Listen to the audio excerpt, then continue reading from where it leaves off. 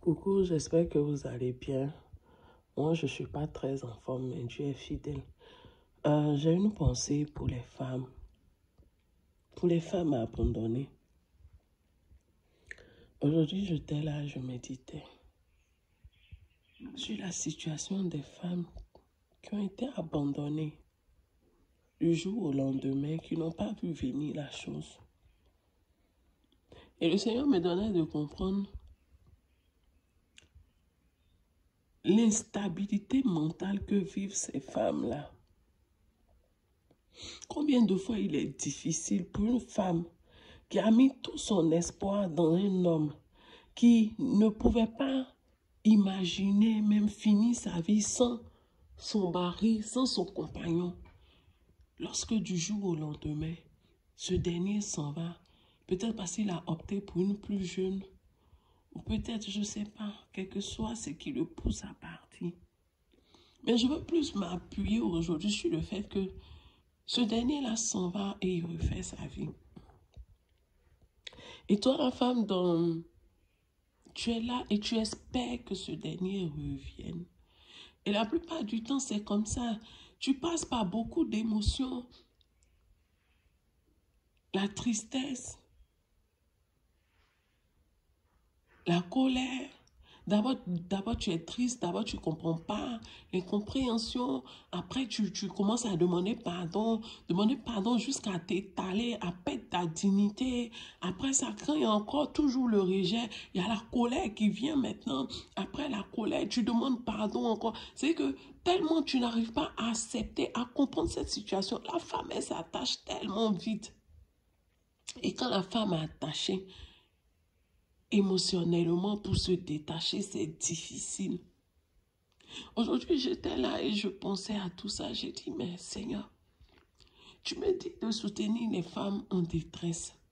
Mais aujourd'hui, spécialement, ça fait quelques jours, le Seigneur me fait comprendre des choses. Le Seigneur me fait ressentir cette instabilité vraiment émotionnelle que vivent les femmes qui sont abandonnées. Et je veux dire à une femme, sois fortifiée. Je veux dire à une femme que le Seigneur te rejoigne. C'est pas facile. Sur le plan émotionnel, c'est pas facile. Lorsqu'une femme est abandonnée, elle est détruite émotionnellement. C'est-à-dire que, je ne sais pas comment expliquer cela, mais waouh!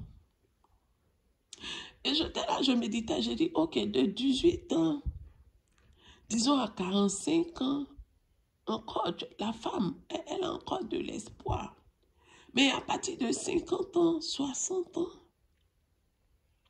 quand ton mari te laisse pour une plus jeune que toi, oh, j'imagine la détresse de ces femmes-là. Où tu ne peux plus, comment je vais dire, tu ne peux plus revenir à tes 25 ans, à tes 30 ans. Pour une femme de 40 ans, 45 ans, 47 ans, 48 ans, ça va encore. Femme, j'ai une pensée pour toi ce matin. Et si tu me donnes d'avoir une pensée pour toi, c'est parce que tu as du prix aux yeux de Dieu. Arrête de réfléchir, arrête de prier, de mettre toute ta prière. Il faut que le monsieur revienne, il faut que... À un moment donné, il faut que tu t'arrêtes. À un moment donné, il faut que tu penses à toi. Il faut que tu penses à ta stabilité émotionnelle. Il faut que tu penses à ta vie. Il faut que tu arrêtes d'espérer à ce que ce dernier-là se rende compte de ta valeur, revienne vers toi. Il faut que tu vives. Il faut que tu vives. Il faut que tu prennes soin de toi. Il faut que tu commences à envisager ta vie sans cette personne. Parce que tant que tu n'auras pas accepté la séparation, tant que tu n'auras pas commencé à envisager ta vie sans cette personne, tu seras toujours dans cette dépendance affective, tu seras toujours instable émotionnellement, tu seras toujours à fleur de peau, tu seras toujours entre la joie, la colère, la tristesse, la mélancolie, beaucoup de sentiments qui fluent dans ton cerveau. Et quand c'est comme ça, tu n'es pas rentable, ni dans ton travail, ni en tant que mère, ni en tant que frère et sœur, ni en tant que fille, ni en tant qu'ami. À un moment donné, arrête-toi et commence à te concentrer sur ta vie, sur ta personne, comment être équilibré, comment avoir cette santé mentale-là qui est vraiment stable. Je veux dire à une femme, ta vie est très importante aux yeux de Dieu. Parce que pour que Dieu dise à quelqu'un, je t'ai choisi pour que tu soutiennes les femmes en détresse, c'est que ta vie, elle est importante pour Dieu. Et Dieu dit dans le livre d'Ésaïe, tu es la prunelle de mes yeux. Dieu dit, tu as du prix à mes yeux. Dieu dit, pour toi, je donne tout un peuple parce que tu as du prix à mes yeux. Et si tu as du prix aux yeux de Dieu, il faut que toi-même, tu aies du prix à tes yeux. Pour dire, à un moment donné, il faut que je m'arrête. Mes nuits ne peuvent pas être blanches en train de penser à un homme qui vit sa vie. Mes journées ne peuvent pas être tristes en train de penser à un homme qui est heureux dans sa vie, qui mène.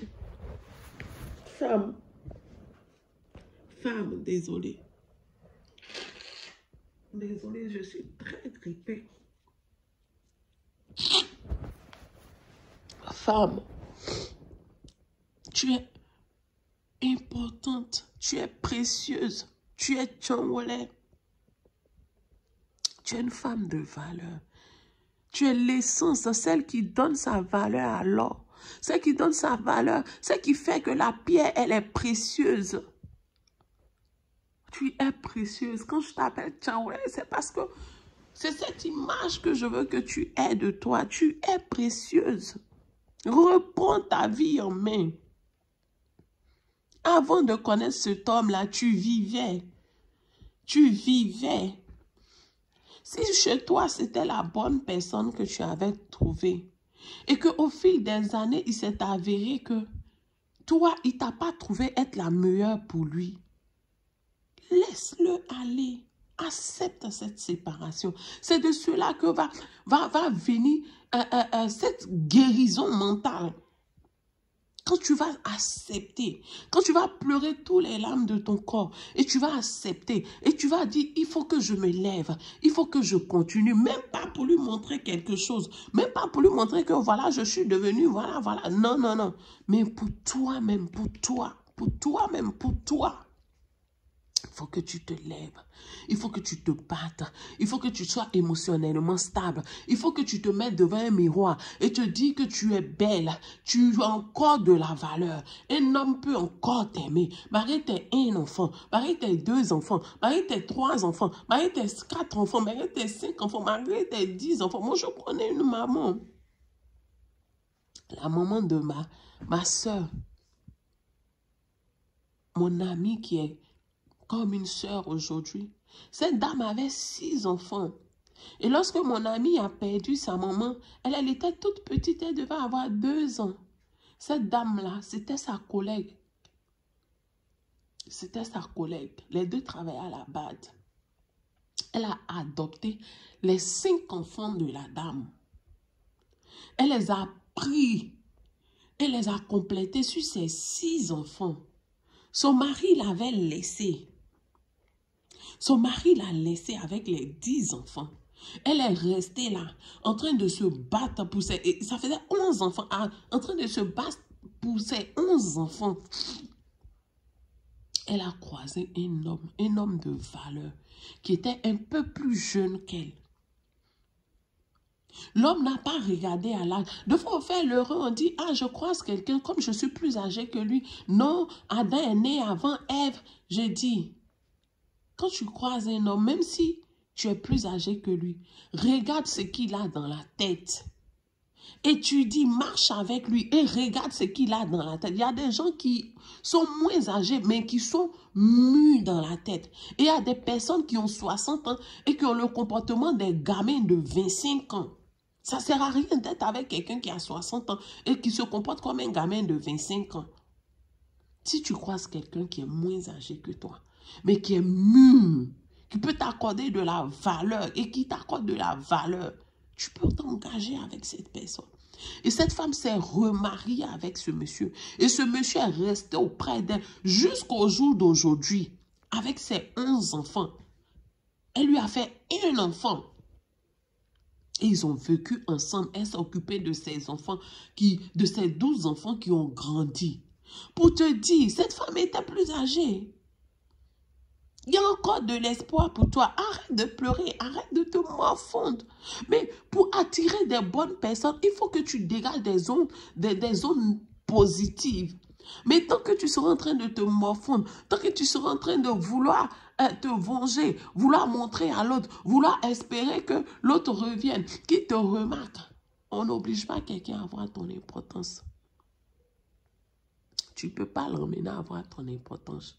Ton importance, c'est seul Dieu et seules les expériences qui vont lui montrer que tu étais une précieuse qui n'a pas su reconnaître. Et s'il revient vers toi, prends le temps de discerner. Parce que des fois, il revient parce que sa tête a cogné, mais il n'est pas vraiment sincère. Des fois aussi, il revient parce qu'il a reconnu vraiment ta valeur et il est revenu. Mais là encore, il faut avoir le discernement. Laisser Dieu te guider avant de décider de retourner ou de ne pas retourner. Mais ce qui est important ici, c'est toi. C'est ta stabilité mentale, c'est ta stabilité émotionnelle, c'est ta paix intérieure qui est importante. Oui, qui est importante, ta paix intérieure.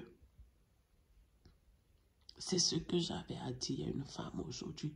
Que le Saint-Esprit, au travers de ses paroles, puisse rejoindre une femme, puisse vraiment guérir une femme émotionnellement, puisse vraiment donner à une femme de se lever de sa détresse, de se secouer, de se laver, de se rendre belle et d'affronter la vie, de se réaliser en tant que femme. Parce que c'est ça. Tant que tu ne t'auras pas réalisé en tant que femme, toi-même la femme, tu ne verras pas ta valeur. Lève-toi et réalise-toi en tant que femme. Cherche du travail, fais un commerce, débat-toi, en sors-toi, pour que tu ne sois pas obligé de lui tendre la main pour t'occuper de tes enfants, mais que tu arrives à t'occuper de tes enfants. Que le Seigneur puisse te rejoindre, que le Seigneur puisse te bénir, que le Seigneur puisse t'ouvrir les portes. Sur ce, je m'arrête là. C'était Siam Esther. Je vous aime, mais Dieu vous aime encore plus.